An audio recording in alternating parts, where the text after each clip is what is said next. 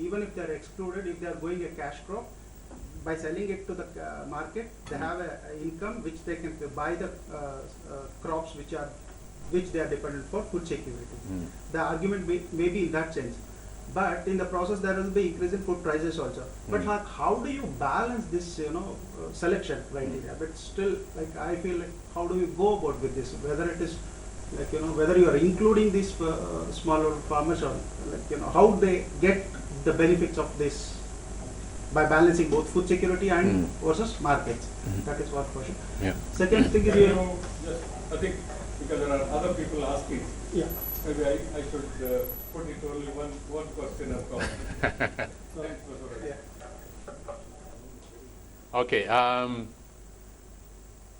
When NASFAM started, it was helping farmers access markets, only helping them to produce a cash crop.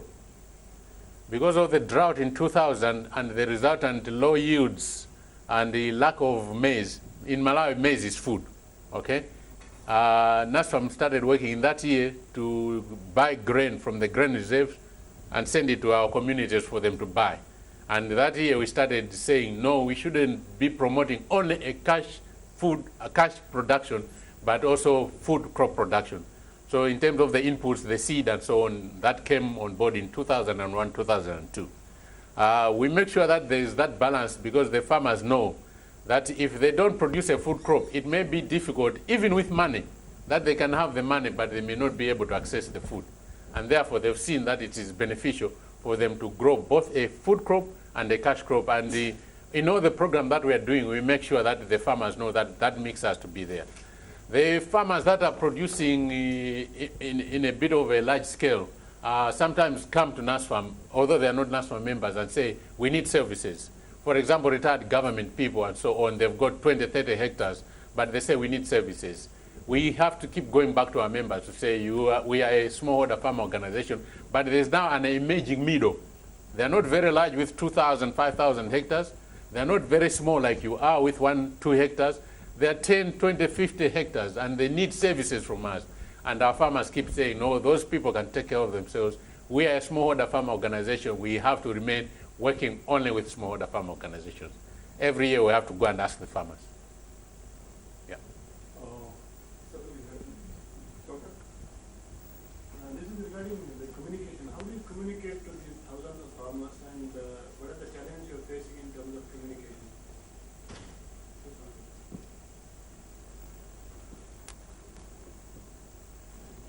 Thank you so much. We have publications. I've put copies of some of the publications we have on the ground.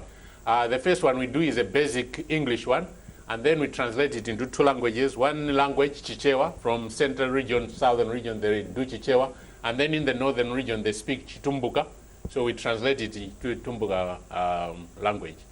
We have a main publication which goes out every quarter, called Tukulane, 12, 14 pages of various programs that have happened in that quarter and what we're looking forward to in the next quarter. That again is translated from English into Chichewa and Chitumbuka. And we do profiles of farmers, why and how they've succeeded by being members of NASFAM, so that other members can learn from that and want also to be like them. Because most of the time seeing is believing. And when people see that this person has succeeded just by being a member of NASFAM and doing the right things, they want also to succeed. We also do crop bulletins. These bulletins are 1 page, maybe flip side, which have to be done very quickly and to the point of what they're supposed to do that time of year. So it has to go out very quickly. That's why it's only 1 or 2 pages and it can go out. And these go out not only to NASFAM members, but also to stakeholders of NASFAM.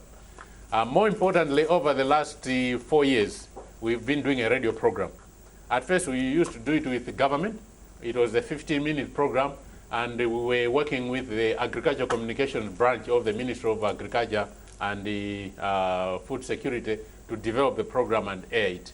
Most of the time, we were finding that they were tampering with the editorial content, especially when we were saying things that government didn't want to hear, on policies and so on, bad things that they were doing.